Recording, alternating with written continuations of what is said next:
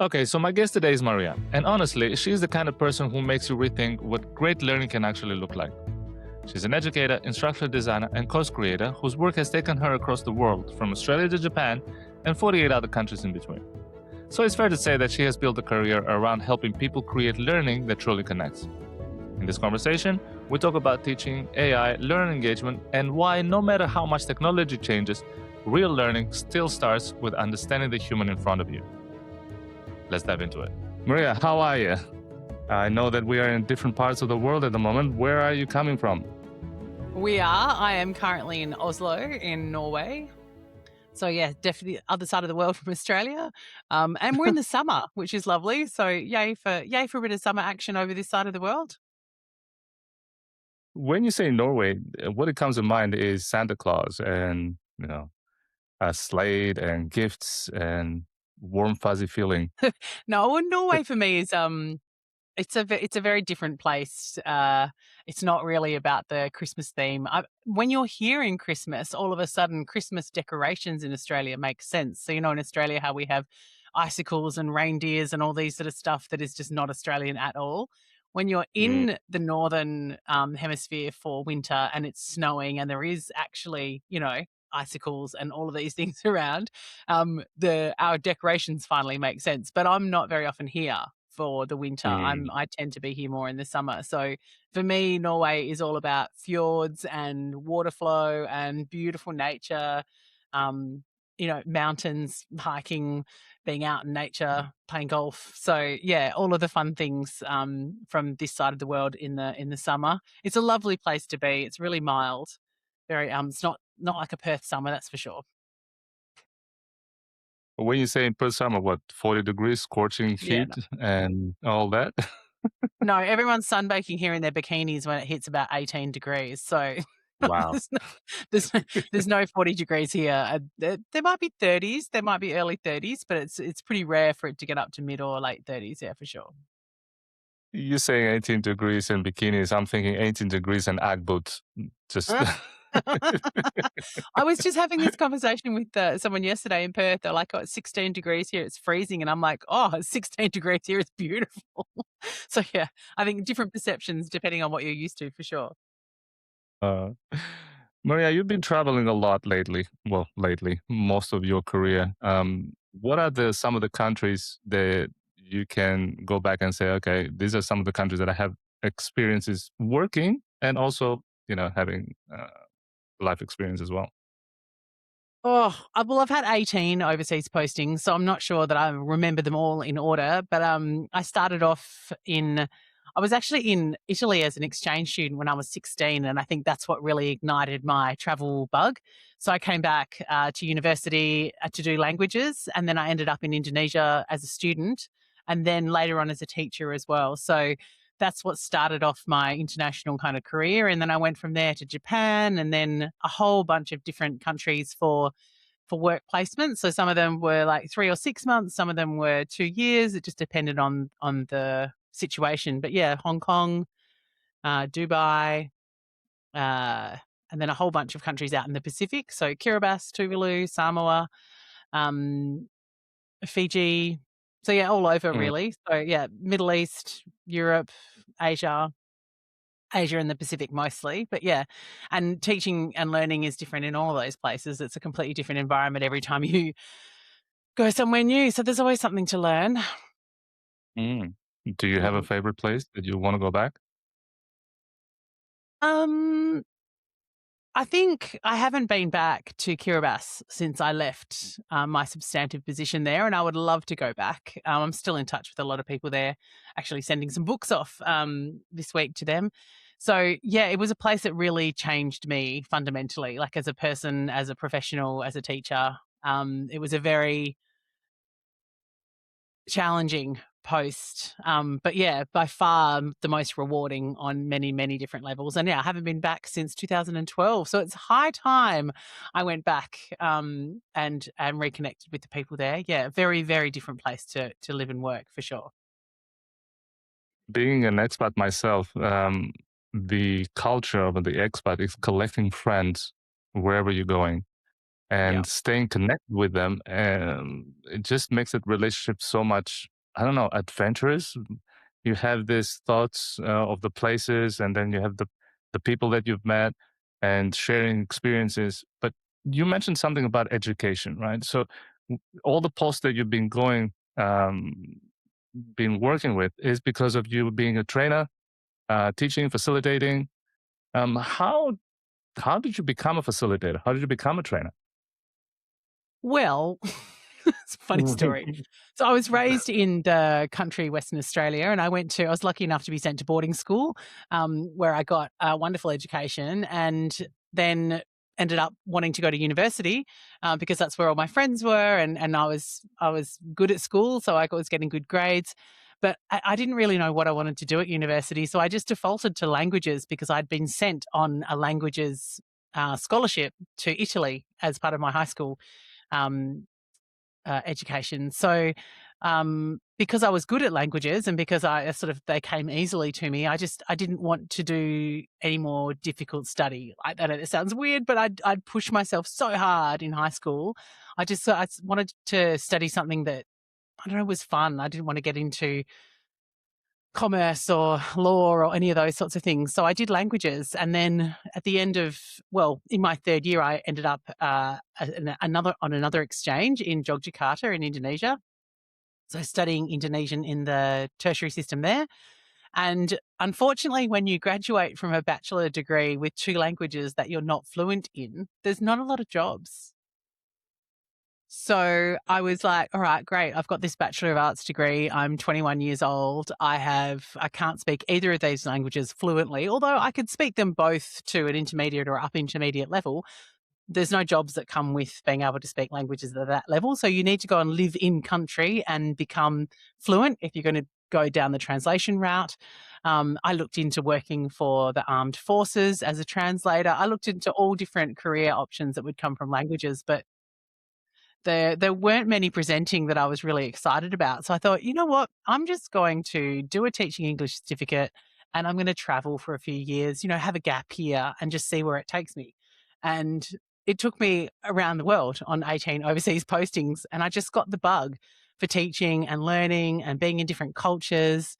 So going back to Indonesia first, which is where I did my degree, but going back there and being able to use my language in country was awesome. And then it was like, well, what next? And so it just started this teaching career. It was never meant to be a career. I just kept chasing the joy. And the joy for me was moving and traveling and being able to live in a place long enough that you can travel to all the places around and get to know the locals and get to know the culture. So, yeah, I just kept doing that and it turned into a career. And then because I was having so much fun in my classrooms, the other teachers were going, how do you get the kids doing that? Like, how do you get the noise and the fun? And I was like, oh, it's easy. You just play these games. And so I naturally kind of fell into the teacher training side of things. And then, yeah, that it's just a career that evolved. It was never in the plan. I just kept chasing the joy and the fun stuff and a new opportunity over in this country, or, my friend's working here and they've said, we need more teachers. Do you want to join us? So it was just very much a career that evolved out of opportunities that were in front of me. And I kept looking for opportunities and they kept presenting themselves. So I kept running after them. So yeah, it was a very, most certainly not this was in the plan career. Nothing's ever been in the plan with my career. And here we are doing, writing books and training teachers and delivering keynotes. It's a very different place to where I thought I was going to be when I'm 21, but I'm here for it. It's good fun. Mm, it's something magical about living in the country that you're working, and not just visiting or going traveling and sightseeing, actually living there, meeting people and learning the language, the culture, the habits, the way of life. Because then you can embed that in your experience, and then you can take that into your students, in the next country, the next country, and the next country. So if I was 100%. going to tell you what is the number of the countries that you visit, probably you have to go back to your passports, all the passports, finding all the stamps and finding how many countries you've been visiting, which is I think it's amazing. 47 at the moment. 47. Wow. 47. And next week, I'm going to Finland, which I have actually flown through many times, but I don't put that on I don't count a country unless I've been through immigration and into the actual country. Um, so I'm going to Finland next week for an education and training conference. And then I'm going to Latvia after that. So it should be country 49, I think, by that point, which is a little bit exciting. Yeah, another two countries for the list. Yeah. It's incredible. I gotta say, I'm a little bit jealous. You know, I'm from Greece. I've been here for quite a while. I want to go back home. And the travel bug, and seeing you having all these experiences and traveling, kind of want to make me want to go back and start doing the same thing. Different situation, different part, in, different stage in my life at the moment. But looking at you and digging into your past and your experiences, how much has that changed now with technology? And when I say technology, it's the elephant in the room, AI, right? Mm. How much has it changed for you, the way you work, the way you communicate, and the way you converse with people with now new technology? Look, I think AI is an amazing tool. Like it really is doing the for business, how we work, so many tasks are going to be made more efficient. It's kind of like what the calculator did for mathematics. It's taking away a lot of the hard work, the grunt work. And the way I use it in terms of lesson planning or presentation planning or whatever, I certainly use the tool to make parts of the job more efficient. But what has not Mm, changed and what will never change is the ability or the need to connect with who your learner is. So, garbage in, garbage out. If you put garbage numbers into a calculator, you're going to get garbage results out. And it's the same with AI tools. I mean, I've been experimenting with this with different clients. So, a lot of what I do these days is helping people, upgrade or improve a presentation that may have been face to face. They might want it online. They might just want it more engaging face to face. But at the end of the day, it always comes back to the same questions. Who are the learners? What does success look like for them? What outcomes are you guaranteeing? And what activities are going to get us there? How are we actually getting the learners to do the things that you're promising? Not just learn about them, but apply them. Like you can go spend $10,000 on a workshop and be there for 2 or 3 days and your company has paid for you to be there. They're expecting you to come back and do something with that knowledge. mhm. It's not just about what you've learned, it's about how you will apply it in the real world. So it doesn't matter whether it's an online presentation or a tutorial or a Bachelor of Arts program. It doesn't matter the level or the length or the complexity of the training.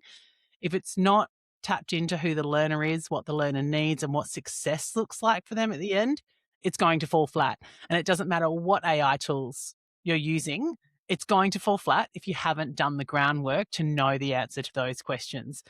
Sure, AI can help you get your results faster. The way the tools work now, like I want a presentation on XYZ Go, like amazing what it can come out with. And honestly in awe of the speed and the efficiency with which it can, take a whole bunch of different documents and come up with something in the middle that is a beautiful synthesis of what you've given it. Absolutely phenomenal. But if those activities and that information is not connected to the learner and how they need to succeed, it's going to fall flat. So, yeah, I'm a big proponent of AI tools in terms of education and training and how much they can help us. However, they need to be used responsibly. So, shiny tools.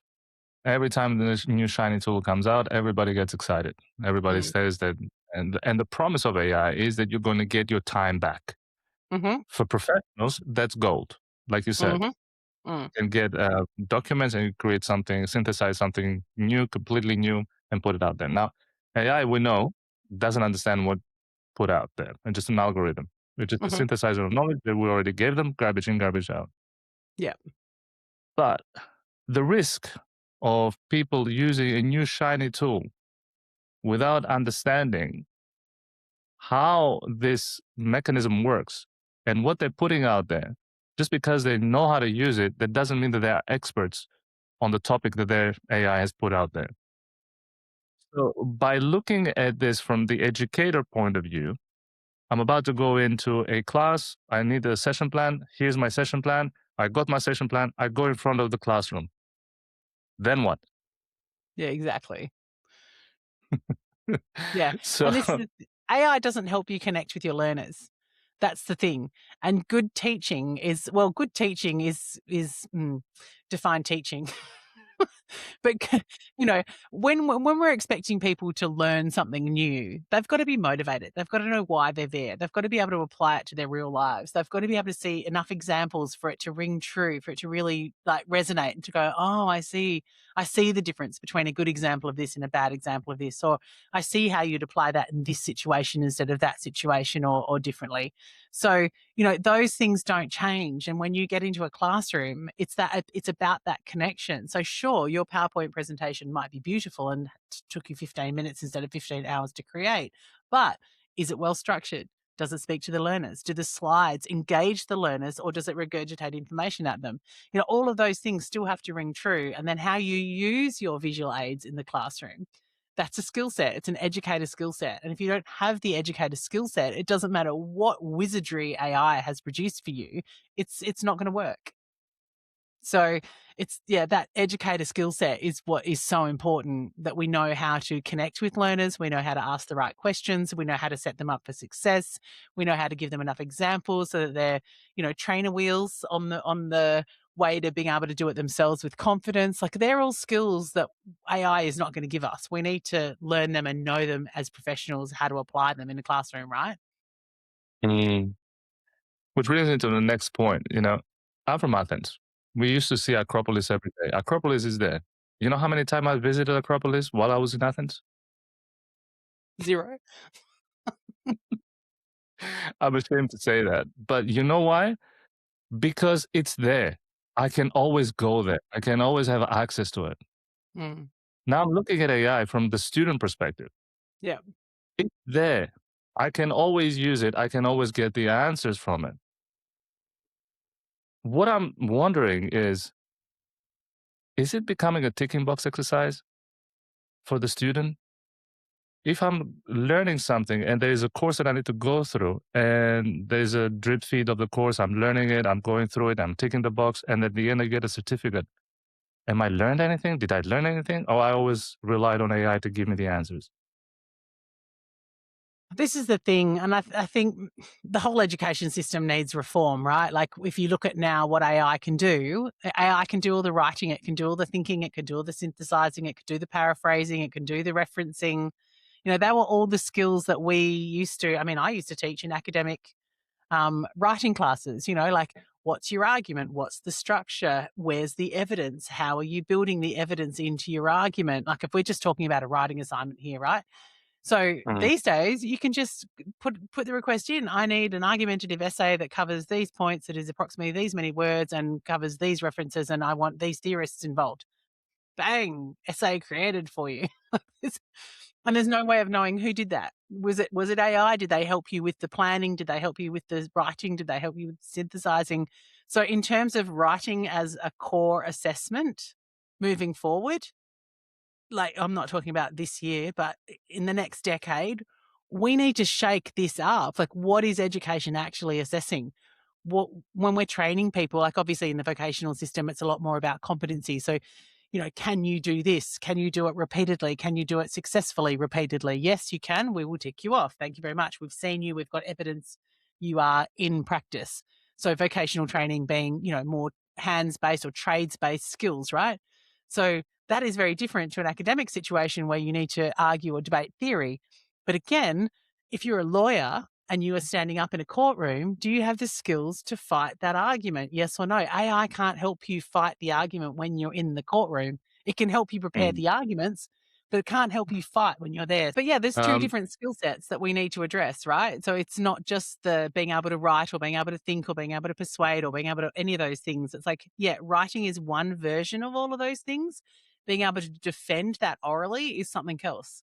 So I think the way we educate and the way we assess learners is going to have to change. We're in a different world. We've got tools now that can do easily in the workplace what we used to have to do longhand. It's like calculator, mathematics, a mathematics exam. It's like if calculators can do a lot of the work. Why are we expecting to see the 75 lines of reasoning it took to get there? If you're Mm. a mathematician and need that skill to calculate in an engineering sense, oops, then that makes sense. But if not, why are you assessing those skills? Mm. So yeah, education, the entire education and assessment situation in this country or Australia, whatever, globally, it has to change. It can't stay the same. You're touching on a very big topic right now. It's a huge Mhm. topic. AI coming in, and it's industrialized. Education came in to support the industrial boom back, well, 1900s, and has ever changed. It's exactly the same thing. It's 8 to 5, 9 to 5, 9 to 3, whatever it is. You go in, you learn. There's one way of doing things. You go out, you come out to the world, and you realize there's many ways of doing the same thing. Why are kids So still sitting in chairs staring at the front for 8 hours a day? That is preparing them to work in a factory. We don't need that anymore, right? I mean, I heard some of my primary school teacher friends. I've got a lot of friends who are teachers, and primary schools now they're using PowerPoint slides, and the kids are all in rows looking at the front again because they can't be in round tables because then they'd hurt their necks if they were trying to look at the PowerPoint. I'm like, no. How has PowerPoint infiltrated primary schools? Like, oh, for goodness sake. So I despair a little bit. I kind of think, where are we going? But hopefully it's in the right direction and away from this kind of industrial approach to education. Sitting down, staring at the front and regurgitating information is a skill that is a very small amount of the population is good at. That being able to regurgitate photographic memory or, sound-based memory. If people learn different ways, the education system needs to recognize and support that, right? So, hallelujah to education system reform. I'm looking forward to seeing what happens. Something has to change. well, I will agree with you. And I think in the next decade, with the AI getting better and better in personalized learning, um, Mm, and you said it before, who are you teaching to? So AI will understand who are you in front, who you have, and who you're talking to, understand the gaps, and try to fill in the way you like to learn. And I'm mm, pretty sure you've seen this in your cohort. Everyone is different in your cohort. Everyone learns differently, mhm. and using the same tools, using the same hammer to hammer down all the nails to straighten them out, it's not going to work anymore. It it, No, it doesn't. It no, doesn't. and AI, like, in terms of personalizing learning for someone online, like, say I go to an online learning school, let's just say, and they ask me a bunch of questions, so they know my preferences, and then they can deliver training in a way that works for me. That's great. Fantastic. That's assuming that all training is going to happen online and led by a bot, which is Mm, not. Humans are always going to want to learn from humans. mm, Humans are always going to be in a room with other humans transferring knowledge. That's what teaching is, right? People are always going to be working together, whether it's through a screen or in a room or whatever. Humans will always need to human. And part of humaning is communicating, transferring knowledge, asking questions. When you're in a workplace, there are people who you will go and ask questions to because you know they're a safe space. Like, they're not going to make you feel stupid. They're not going to rush you out of the room. They're not going to go, I've told you this, like, go and figure it out yourself. They're going to go, oh, I've got a really good hack for that. Come and I'll teach you how. They're the people that you'll gravitate towards in a learning in a workplace because they're natural teachers, or maybe they've had some instruction on how to create that safe space for you.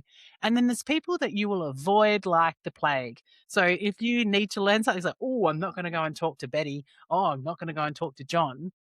Because you know mm. that if you try and learn something from those people, they're going to lecture you. They're going to make you feel stupid. They're going to send you away. They're going to be it too quick, right? So these teaching skills, these transferring knowledge skills, these helping people learn in safe space skills, they Mhm. apply to everybody. And AI is not going to help us do that. It's not going to help us be better at humaning. And that's what teaching and learning really is all about, right? It's helping people learn cognitive development. You can't outsource that. You can't give that to a machine to do. It it's in our DNA, Maria. It's in our DNA. We are hunter gatherers since uh, ages ago. So Yeah. that is going to continue to be the case. We need to work together and learn from our experiences. Now, the side of technology that is we are all in awe. We have seen it, but there's also the other side, right? The individualized side. I am now being confined in my in my screens. If it's the phone or it's a computer or it's the TV, and that's where you're getting the information. I feel that now we're being disconnected. Ever since COVID, the online has become the way to learn.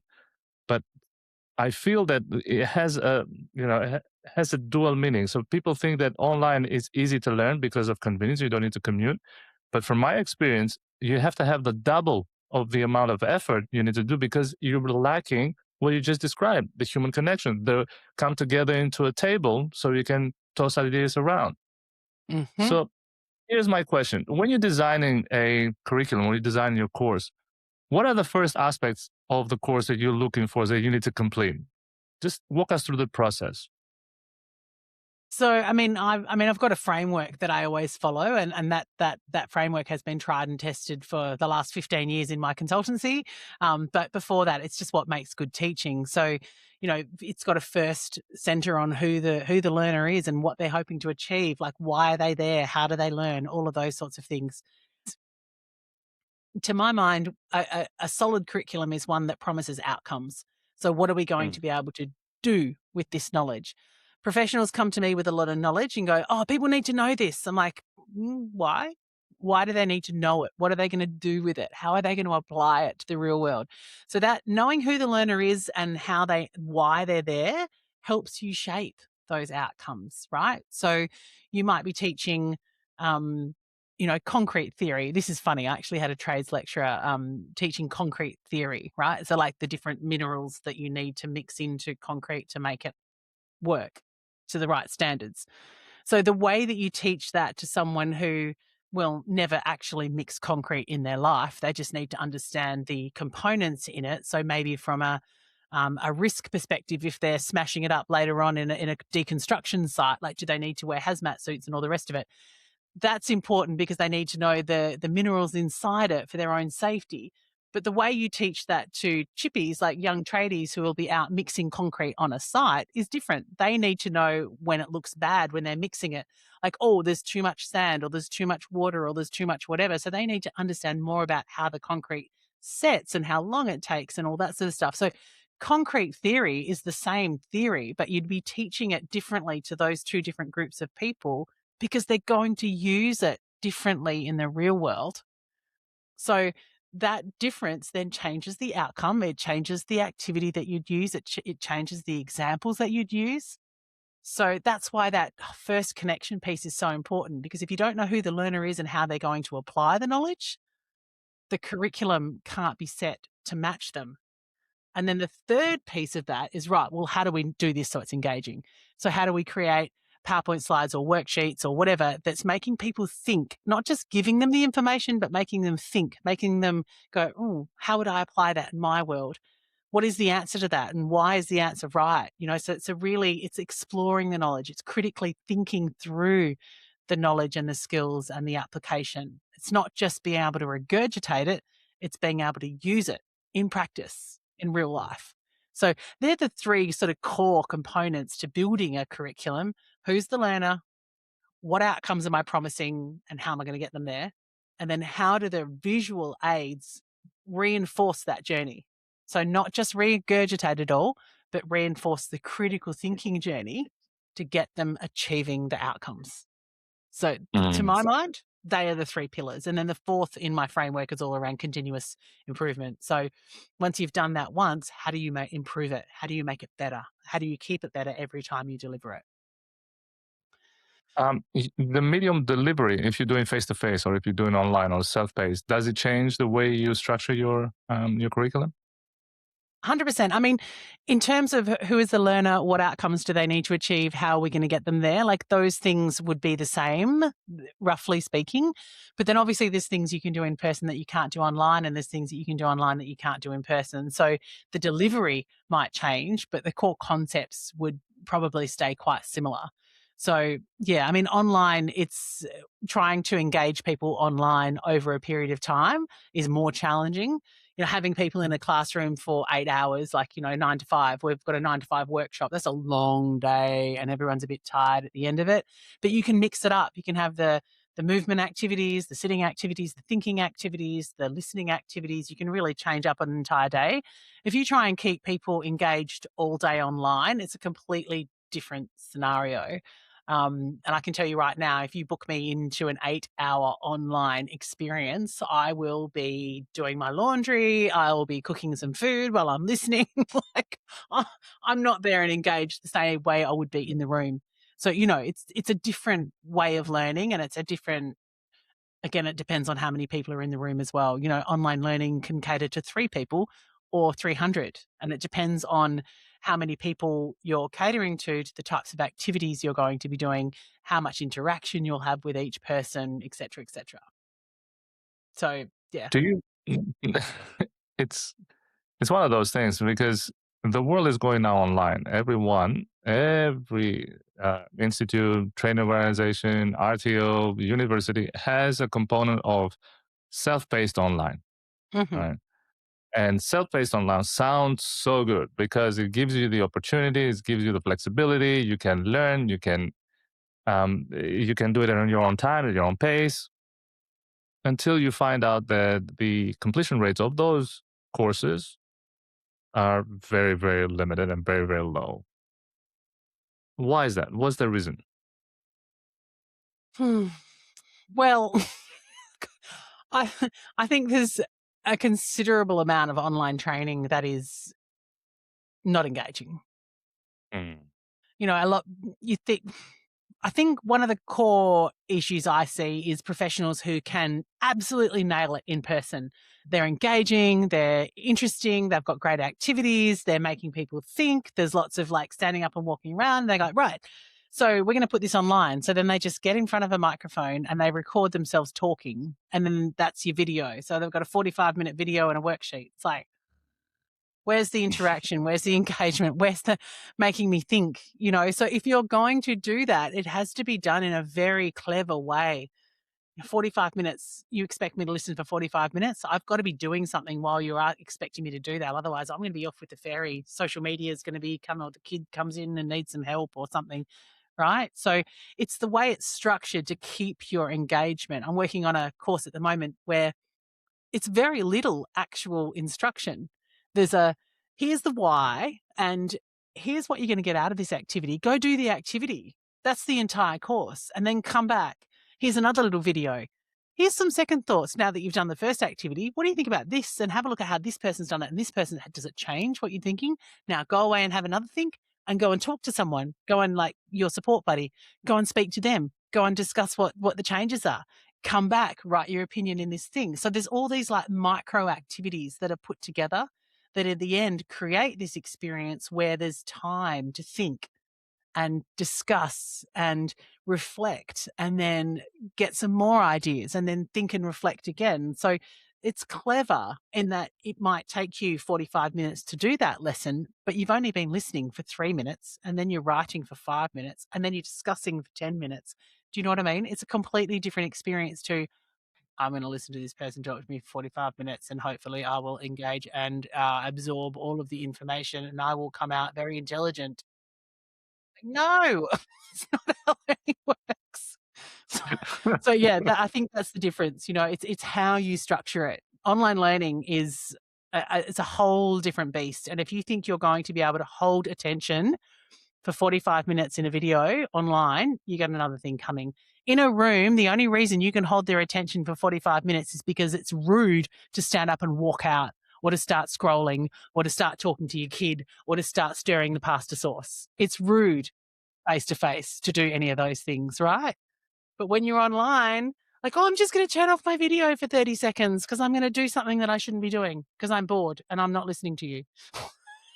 right? which So which it's then got to be goes structured away to as event. soon as you put them in the group and they have to start doing the activity. All of a sudden, from the big group of 20, they are now in a smaller group of 4, and there's no Evan, there's no Maria, there's no one around, so they have to figure things out. And I love those moments when they walk into the room and I've just been listening, they're sitting down with each other, watching each other. So and what we should be doing, all of a sudden the cameras are on and they're getting more, they're looking at what the instructions are, let's get the activity happening. Yeah. It's interesting. It's very interesting what happened in the breakout rooms when you do that. 100%. And it's amazing, like the number of times you'll go into breakout rooms and there'll be no one there. Like they've been put into breakout rooms, but the video's still blank, the audio's still off, and you're like, hello, hello, hello, hello. Like your hello is reverberating into the room. They're not there. They've put on their video to make it look like they're there, but they're driving or they're doing something else. They're not interested.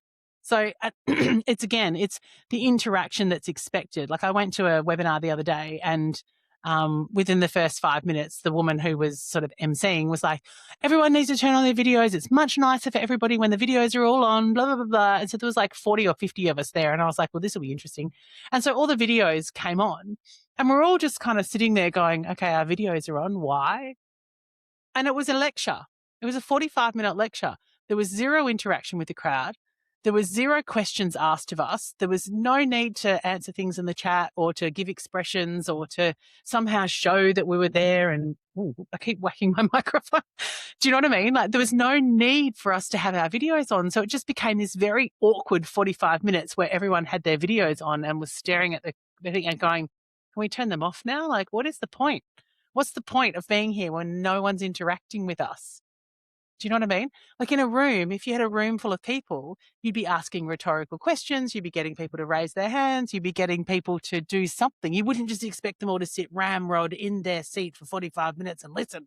That's not how that works, unless it's a lecture and then, oh my God, you shouldn't be lecturing anyway. Right? But this is the thing, like, yeah, turn on your video because it's much nicer for the speaker when she's got someone to look at. It's like, is it? Or is that person just focusing on delivering their presentation and getting their slide through their slides because they can't actually see us all online because there's so many of us, the window only allows her to see 6 of us. So what's the point of being, do you know what I mean? So I think That is the other side. That is the other side of having someone to have and if you don't using the tools, the interaction, the discussion, the Socratic method, and all that stuff, yeah, it makes the whole point mute. It doesn't matter. But and I'm going to go back to your framework, the first one that you said, know who your cohort is, know who you're going to be talking to. If you're going to be talking to professionals that already have experience and they don't want to be lectured, if you want to be lecturing, send an email. I'll read the transcript, summarize it with AI because I can do that. Have my bullet points, get out everything that I want from the whole 3-hour lecture or 45 minutes, whatever it was. Right? 100%. Don't waste my time. If you're going to send me a recording and it is literally you 45 minutes talking at me, I will use AI. I will get a summary. I'm not going to waste my time. And quite frankly, I kind of get a bit peeved when I do turn up online and that's what happens. It's like, well, lecturing is so old school. It's so not necessary, and a webinar for 45 minutes, like I get it. It's repeatable. Other people can listen to it. It's something people can AI summarize and not have to turn up online. If you're expecting people to turn up online, face to face, and give up their precious time to spend that 45 minutes with you, please make it worthwhile. Yep. Please 100. include different activities. Please get them gesturing online. Please get them answering chats. Please have some Kahoots or some quizzes or something for them to get their device out and use their device with you right there and then. Get them involved. If you're expecting them to turn up and spend 45 minutes with you or an hour or heaven forbid half a day, please make it worth their while. They know that there was a reason they turned up online. If they can do exactly the same thing by listening to the recording, there's a fail there for me. There's a fail. That's the fundamental flaw that we have now in our education system because people and trainers that have been doing the same thing for over 20 years, and I'm not going to name any education organization that does that, is just, they're going to sit there, go through the PowerPoint, and then complain why the student not completed the work. Well, The attention span of a human being, it was 4 minutes, and that was a decade ago. Now with the social media, it has dropped down to a minute Good. 30 for the whole 8 hours. This is the So thing, when people go, "Oh, I had such a bad crowd, no one was engaging, no one was answering," and it's like, and you really think it's their fault?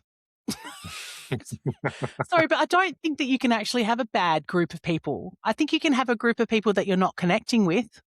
I think you can have a group of people who are not motivated to be there, therefore you've got to work a bit harder. I think you can have people who are reticent about education in general, or maybe they're forced to be there, maybe they don't like you, maybe they don't like the subject matter, maybe they're having a bad day, maybe they're being forced to be there by their parents or something. I don't know. There's a lot of different reasons that you'd have a disengaged crowd, but really that's your job as the facilitator to figure that out and to turn it around. Right? Not like mm, we've all had bad days. I'm not saying that you're not gonna get some awful people who absolutely. do and say awful things. But at the end of the day, it's your job to be in there and to face the problems, to face the fears. Like, why don't you want to be here? Tell me so we can work this out. If you don't need to be here, I'll fast track this and get you out of here as soon as possible. So dealing with the barriers to learning, dealing with the objections or the reason why people may have had a bad experience in the past, or maybe this is the third time they've tried to do this class and they're just beaten down and they think they're going to fail anyway. I mean, I just did my second Norwegian course and I didn't I didn't continue with it because it was 3 o'clock in the morning and the time was just never right for me. So very hard to stay engaged. But the first teacher, oh, I cried a number of times because of the way that she was the activities that she was giving us were so hard. Like, they just made me feel really stupid and I was embarrassed. Like, we're going to turn to page 46 and we're going to read this passage in a different language when we don't know any of the words. We don't know what the passage is about. We've never seen it before. And I just have to sit there online with 35 other people listening to me really badly try to pronounce these words that I don't even understand. I've never seen them before. Like, horrible experience. So then in subsequent classes, I turn up and I'm sort of sitting there with my camera off, or like, I'm not getting involved because I don't want her to ask me to do that again. Mm, Right. So then if that's happened to me in this class, how do I turn up in the next class with a new teacher? I'm just going to stay in the shadows again because this teacher might use the same methods and I don't want to use them because it's embarrassing and horrible and it makes me feel stupid. mm, So like dealing with that. And if that teacher had said to me, "What's going on?" And I was able to share how horrible I felt doing those types of activities, then she'd be like, "Okay, well, you're a bit special because no one else has problems doing with them, but I won't put you on the spot anymore." Or maybe I'll learn from that and not expect people to read stupid passages out loud that they've never seen. But whatever. Do you know what I mean? So, like, understanding why you've got the negative energy in the room is the key to unlocking to changing that up and to changing it around. And nothing teaches you that more than a bunch of teenagers in a room who don't want to be there. Right? Right. It's true. Teenagers are hard work. If they don't want to be there, ooh, you'll know it. You'll absolutely. They will make sure that you know it. They don't want to be there. right? But you said something what is, and I love that. So you said you need to connect with your audience, and you can't connect with your audience, then everything that you do subsequently of that, it's not going to have the right outcome. So, what is your favorite hack to connect with your audience? What is the one activity that you do that you absolutely love 100%, and you can share it with us? I think when you first know that you have a cohort coming in, I always survey first. So sometimes it's within the first 30 seconds of being in the room because the first time that you get a chance to communicate with them is when they're in the room. So the first thing I do is give them a survey and I set it up like, "Hey, lovely to have you here. I don't know who you are, so please tell me who you are so that I can understand who I'm communicating with here." And you give them a chance to tell them who you are.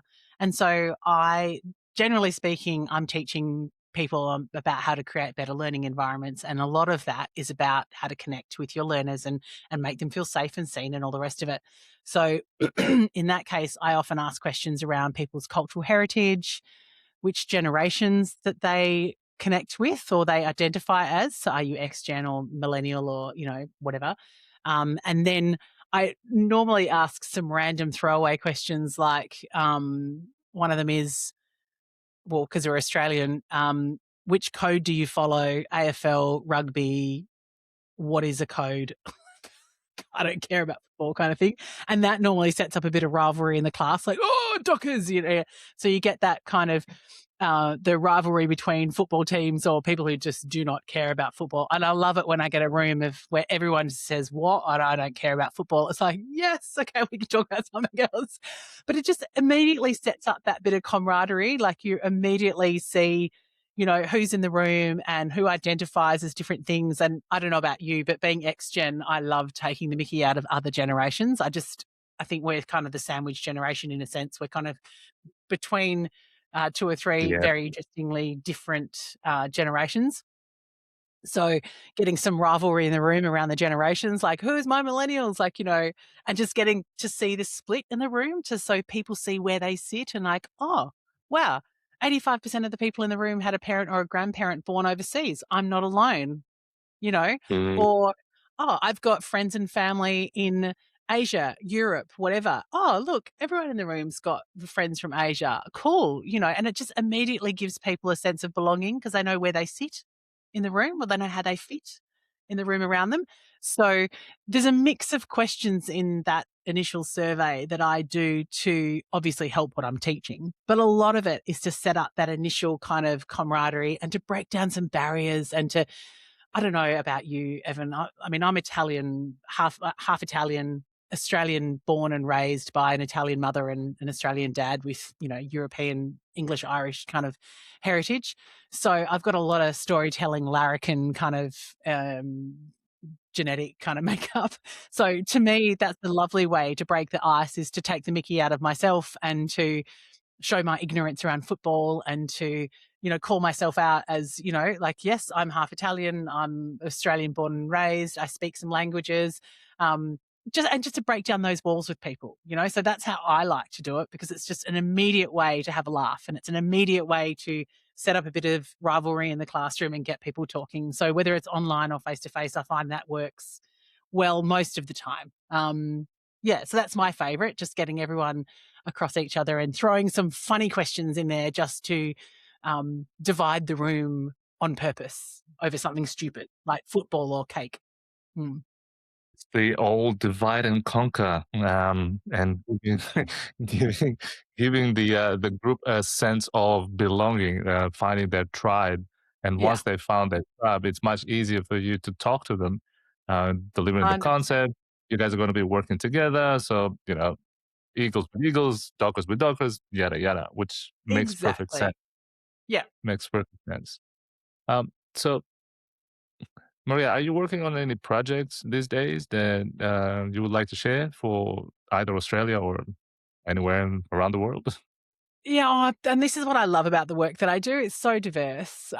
So we are working on a graduate diploma of management with SSI, which is important, super exciting. So that's helping educators understand what they're going to be doing with AI in their school. So it's less about the tech and more about the change management.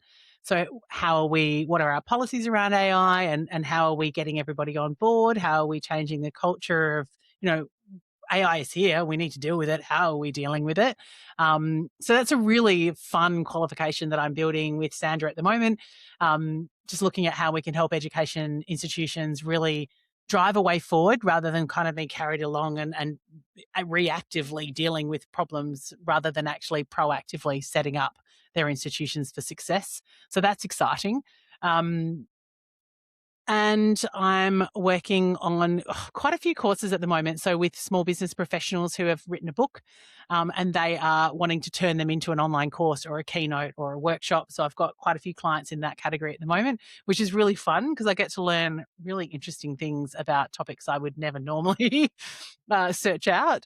This is what I love about what I do. I learn so much interesting stuff. So, yeah, lots of different projects on the go. I'm working with some lawyers in Australia at the moment, so working on the way that they communicate with each other and their clients, and in a cross cultural and cross intergenerational sort of sense. So how they take lawyer speak and make it into layperson speak that is appropriate for different cultures and how working with different cultures or across country. Because they're a global law firm. So that's super exciting. And then I'm also working with a group up in the Philippines who are financial management services companies. So they have a bunch of financial managers who are from the Philippines, but working with clients from all over the world to manage their wealth. So just working with them around how they can upgrade their learning materials, their in-house training. So training each other on how to work with these different cultures better, how to explain financial terms, all of those sorts of things. So yeah, lots of different projects at the moment. Super exciting. Like I love it. It's so diverse and every client's different and all their challenges are always different, which I just never ceases to amaze me this many years doing what I'm doing. Sure, I see a lot of the same stuff repeated, but the challenges are forever changing. And in this day of AI, yeah, challenges are very different to what they were 5 years ago. So always something new to learn. So, from what I'm hearing, you're pretty busy, and the fear mongering of AI telling us that it's going to steal our jobs and we're going to be out of the job pretty soon. Do you see this happening? I mean, are we going to get out of the job as educators? I think what I'm following a line of thought at the moment that's been led by some wonderful people in the AI world, AI educator world, um, and that narrative is less around trying to get rid of people out of their jobs, and it's more around how we can actually make the humans do humaning better. So how can we take away the grunt work from them so that they can actually focus on the stuff they love and that they're good at? Because AI is never going to be able to replicate what humans can do on that level. Sure, it can do all of the grunt work for us, and of course, these systems are getting more and more intelligent. And I can't talk about what it's going to be like in 20 years. But the conversations I'm choosing to follow, because you can go down a rabbit hole of fear and the world's changing and everyone's going to lose a job, and you know. You can go down that rabbit hole if you want to, and I did briefly, and it's not where I want to be. I'd much prefer to be on the camp of how can we make the world more efficient and more effective so that humans can human better.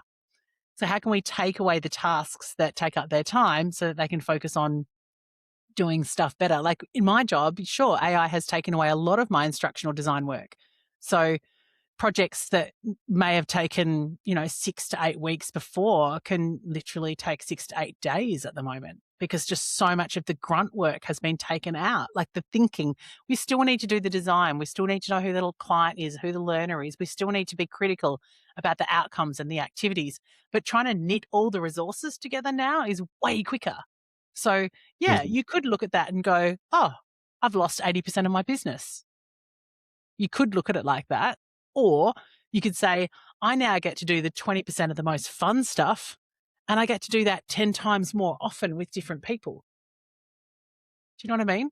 So I think it's all about perspective. It's all about whether it's that whole is the glass half full or half empty. I'm choosing to look at the half full part and to think, wow, we have tools that are going to make our lives way simpler. The grunt work is going to be gone. So what are we going to spend our time doing? The stuff that we love doing. And how much better for society will that be when everyone's just doing stuff they love rather than these factory repetitive tasks that are just boring and take up a day, do you know? So I don't know. I think with it's going in the right direction if we choose to look from that perspective. I'm not saying that there's not concerns about how it's affecting the environment and how much energy it takes and all of those sorts of things. They are valid concerns. And I have faith that we have a generation of people coming through who are going to find solutions to those problems. So yeah, that's kind of where I'm on. I might eat my words in a couple of years, but that's where I'm at the moment. Sort of looking at the positive, trying to run with where this is helping us as a species. I don't know. I think it's going to do good things. It has the potential to do not so good things, but I think I'm trying to focus on the good things. In conclusion, like, what is the one advice that you will give to our listeners?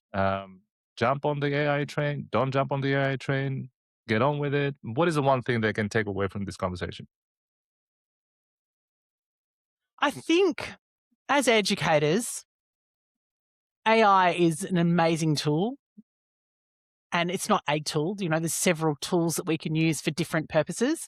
So yes, we can make better images. Yes, we can make better graphics. Yes, we can make better charts or tables or visual representations of what we're trying to teach. Yeah, we can use it for all of these amazing purposes to make our learning resources look more professional, be more, effective. However, connecting with our learners is not going to change in the short term. To really get through and create learning experiences that change lives, that get people thinking and acting differently, always are going to need to be centered around who is the learner, why are they here, what are they learning, why are they learning, how do they learn best. And if we're not connected with our learners, it doesn't matter what AI tool you use. You can create the most whiz-bang resources. If they're not appropriate for the learner, then they're going to fall flat. And I think, you can get very much hyped up and taken away by all the things that AI can do, and I'm behind and I don't know enough. And, I'm there. I'm one of those people that, kind of, my whole business should be different by now. As just at the end of the day, as educators, what we do is connect with other humans. And that is never going to change. And at the point that it does change, Evan, I'm out. I'm out. Oh, I'm out. So yeah, learn the tools that can make your life more efficient, that can take away the grunt work that you don't like doing. Set up systems using tools that will help you focus on the things that you love doing more. But remember, at the end of the day, every learning experience is about what the learner needs. And that's what we need to keep catering to. So keep that part human and be critical around what AI tells you the learner needs.